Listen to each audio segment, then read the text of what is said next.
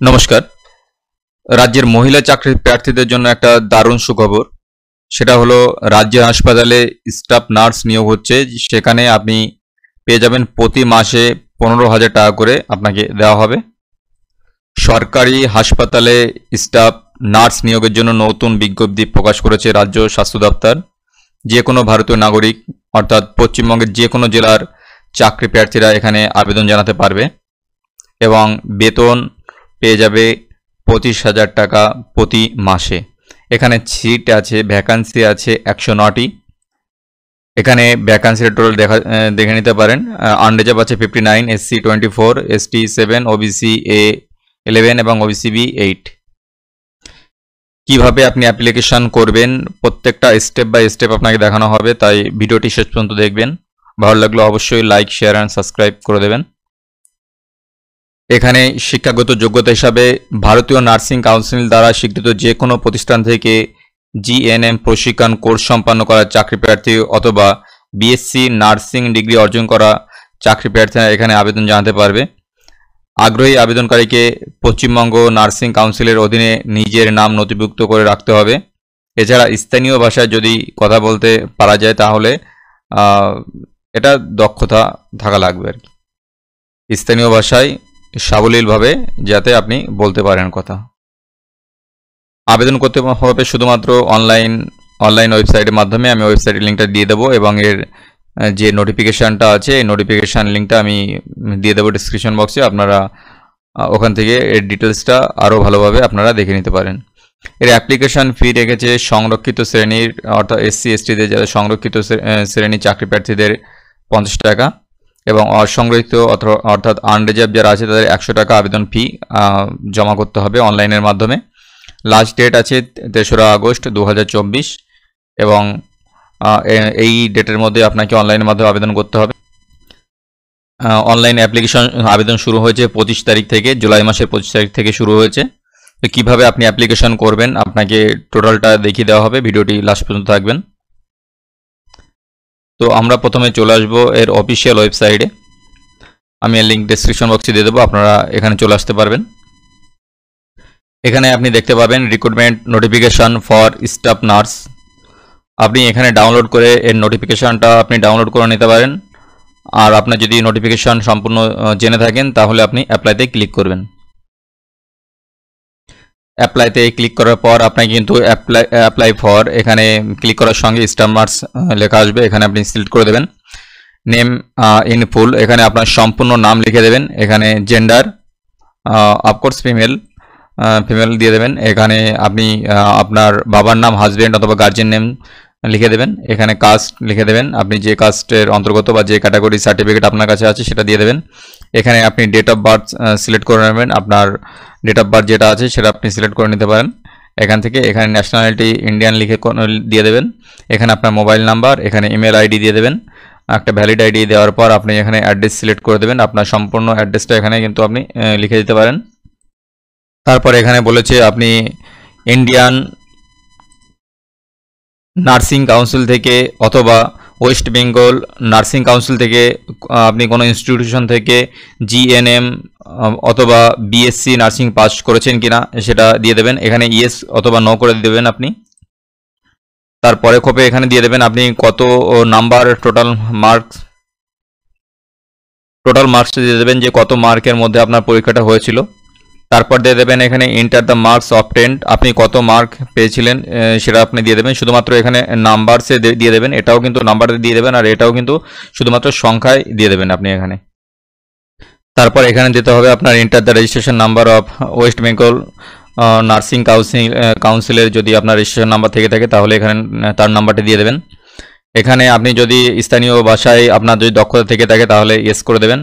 আর এখানে আপনার আধার নাম্বার দিতে হবে এবং নেক্সটে ক্লিক করবেন। যে সমস্ত জায়গায় এই অ্যাস্টেরিক্স নাম্বার দেওয়া আছে অর্থাৎ এরকম তারকা চিহ্ন দেওয়া আছে, স্টার মতো মার্ক দেওয়া আছে, সেগুলো কিন্তু আপনাকে অবশ্যই ফিল আপ করতে হবে। আর যেগুলোতে নেই সেগুলো কিন্তু আপনি অপশনাল হিসাবে আপনি স্কিপ করে দিতে পারেন। সমস্ত কিছু দেওয়ার পর আপনি নেক্সটে ক্লিক করবেন। সমস্ত কিছু ঠিকঠাকভাবে ফিল আপ করার পর আপনি নেক্সটে ক্লিক করবেন। নেক্সটে ক্লিক করলে নেক্সট পেজ আপনার ওপেন হবে। আপনার পার্মানেন্ট অ্যাড্রেস যেটা সেটা আপনি এখানে দিয়ে দেবেন। এখানে ভিলেজ, সিটি অথবা টাউনের নাম, এখানে পোস্ট অফিসের নাম, এখানে পুলিশ স্টেশন, এখানে ডিস্ট্রিক্ট, এখানে স্টেট এবং এখানে পিন নম্বর দিয়ে আবার নেক্সটে ক্লিক করবেন। নেক্সট পেজে আপনার details of post qualification experience দিতে হবে। আপনি এখানে অ্যাড নিউতে করবেন, আপনার এখানে অর্গানাইজেশন নাম দিয়ে দেবেন, এখানে গভর্নমেন্ট, প্রাইভেট নাকি এনজিও সেটা আপনি দিয়ে দেবেন, আর ফর্ম আপনি কবে থেকে করছেন এবং এটা ব্ল্যাঙ্ক রাখতে পারেন। যদি আপনি এখনও করে থাকেন বা রানিং করে থাকেন তাহলে আপনি ব্ল্যাঙ্ক রেখে দিতে পারেন, অথবা আপনি যদি ছেড়ে দেন তাহলে আপনি এখানেও কিন্তু আপনার ডেটটা দিতে পারবেন। দেওয়ার পরে আপনি নেক্সটে ক্লিক করবেন। নেক্সট পেজে আসলে আপনার রিক্রুটমেন্ট অ্যাপ্লিকেশন ফর্মে আপনাকে কিন্তু বেশ কিছু ডকুমেন্ট আপনাকে এখানে আপলোড করে দিতে হবে। এরা অনেকগুলো চেয়েছে, কিন্তু অ্যাস্টেরিক মার্কস ছাড়া আপনি যদি মনে করেন যে আর কোনো কিছু দেবেন না তাহলে কিন্তু আপনি দিতে পারেন, কিন্তু আপনি বেশিরভাগ আপনার কাছে যে সমস্ত তথ্য আছে সেগুলো আপনি দিয়ে দেবেন। এখানে কিন্তু বলেছে all uploaded documents must be self attested. যদি আপনি জেরক্স আপলোড করেন তাহলে কিন্তু সেলফ অ্যাটেস্টেড করা লাগবে। No need to attested in case of uploading original document. Original document করার ক্ষেত্রে কিন্তু আপনার কোনো সেলফ অ্যাটেস্টেড লাগবে না। Photo proof, identity card, any one, যে কোনো একটি লাগবে। Passport, voter card, Aadhaar card, PAN card বা ড্রাইভিং লাইসেন্স যে কোনো একটা দিলেই হবে। প্রুফ অফ অ্যাড্রেস হিসাবে আপনার এনি ওয়ান পাসপোর্ট যে কোনো একটা লাগবে, voter ID card, Aadhaar card বা driving licence, age proof certificate, মাধ্যমিক আর সমতুল্য যে কোনো এক্সামিনেশনের সার্টিফিকেট, কাস্ট সার্টিফিকেট আপনার যদি থেকে থাকে তাহলে সেক্ষেত্রে আপনার কাস্ট সার্টিফিকেট আপলোড করবেন। All marksheet starting from secondary onwards, আপনি মাধ্যমিক লেভেল থেকে সমস্ত মার্কশিটে আপনি এখানে আপলোড করে দেবেন। কম্পিউটার এডুকেশন সার্টিফিকেট যদি থেকে থাকে তাহলে আপনি কিন্তু ওটা আপলোড করে দিতে পারেন। All the experience certificate issued and stamped by the appropriate authority starting from oldest to latest, সমস্ত এক্সপিরিয়েন্স সার্টিফিকেট আপনি পুরনো থেকে নতুন লেটেস্ট যেগুলো আছে সমস্তটাই দিয়ে দিতে পারেন আপনি এখানে। তারপর সে এক্সপিরিয়েন্স সার্টিফিকেট, আপনার এখানে যে এক্সপিরিয়েন্স সার্টিফিকেট দেবেন সেগুলো আপনার এমপ্লয়ি নাম, অ্যাড্রেস এবং এমপ্লয়ার নাম, date of joining, date of leaving সমস্তটাই কিন্তু আপনাকে উল্লেখ থাকা লাগবে। নো অবজেকশন সার্টিফিকেট লাগবে from the employer may be given if possible, যদি সম্ভব হয় তাহলে এনওসি সার্টিফিকেট আপনি দিতে পারেন। Only JPG, PNG or PDF ফাইলে আপনি আপলোড করতে পারেন। ম্যাক্সিমাম ফাইল সাইজ কিন্তু 2 MBর মধ্যে থাকতে হবে। তো এখানে দেখতে পাচ্ছেন আপনার যেটা যে সমস্ত অ্যাস্টেরিক মার্কস আছে সেগুলো কিন্তু আপনাকে আপলোড করতেই হবে। আর আপনি চাইবেন যে আপনার কাছে যত কাগজ আছে সমস্তটাই কিন্তু আপলোড করে দেবেন। অবশ্য জেরক্স কপি দিলে আপনি সেলফ অ্যাটেস্টেড করে দেবেন, আর অরিজিনাল কপি দিলে আপনাকে কিন্তু সেলফ অ্যাটেস্টেড লাগবে না এখানে। তো সমস্ত কিছু আপলোড করার পর আপনি নেক্সটে ক্লিক করবেন।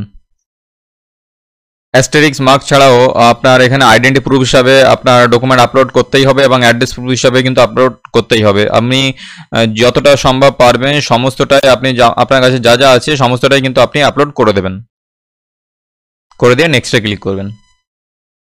নেক্সটে ক্লিক করার পর কিন্তু আপনার এখানে প্রিভিউ দেখাবে। এখানে আপনি যা যা ফিল আপ করেছেন সমস্তটা ঠিকঠাকভাবে ফিল আপ করেছেন কিনা দেখে নেবেন একবার। সমস্ত কিছু ঠিকঠাক থাকলে তবেই কিন্তু আপনি সাবমিটে ক্লিক করবেন, আর যদি না থাকে তাহলে প্রিভিয়াসে গিয়েও কিন্তু আপনি কারেকশন করতে পারেন। তো আমার সমস্ত কিছু ঠিকঠাক আছে, আমি সাবমিটে ক্লিক করছি। সাবমিটে ক্লিক করার পর এখানে আপনি দেখতে পাবেন আপনার লগইন আইডি এবং পাসওয়ার্ড। আপনি লগইন আইডি ইউজ করে এবং আপনার পাসওয়ার্ড কিন্তু আপনার মোবাইল নাম্বার, আপনি এটা দিয়ে আপনি লগইনে করতে পারেন। ইউজার আইডি আর পাসওয়ার্ড দেওয়ার পর আপনাকে লগইন হতে হবে। লগইন হওয়ার পর আপনাকে যে ফিটা পেমেন্ট করতে হবে, আপনি দেখতে পাচ্ছেন এখানে পে 50 টাকা আছে, যেটা আনরিজার্ভদের ক্ষেত্রে কিন্তু এখানে 100 টাকা থাকবে। আপনি পে 50তে ক্লিক করবেন। ক্লিক করার পর আপনার সামনে নতুন একটা পেজ ওপেন হবে। এখানে আপনি কিউআর কোডের মাধ্যমে স্ক্যান করতে পারবেন। এখানে ইউপিআই এর সব থেকে সুবিধা হবে আপনি ইউপিআই এর মাধ্যমে পেমেন্টটা করলে, কারণ আপনি যে কোনো মোবাইল থেকে কিন্তু আপনি UPI, PhonePe, Google pay, Amazon pay যে কোনো পের মাধ্যমে কিন্তু আপনি স্ক্যান করে পেমেন্ট করে দিতে পারবেন। বা আপনি যদি ইউপিআই আইডি থাকে তাহলে আপনি এখানে ইউপিআই আইডি থেকে ভেরিফাই অ্যান্ড পেতে ক্লিক করতে পারবেন। তো এরকমভাবে আপনি এই অ্যাপ্লিকেশনটা ফিল আপ করতে পারবেন। এই সম্পর্কিত কোনো কোশ্চেন থাকলে অবশ্যই কমেন্ট বক্সে জানাবেন। আর এরকম ভিডিও পেতে হলে অবশ্যই সাবস্ক্রাইব করবেন। ভালো থাকবেন, সুস্থ থাকবেন, ধন্যবাদ।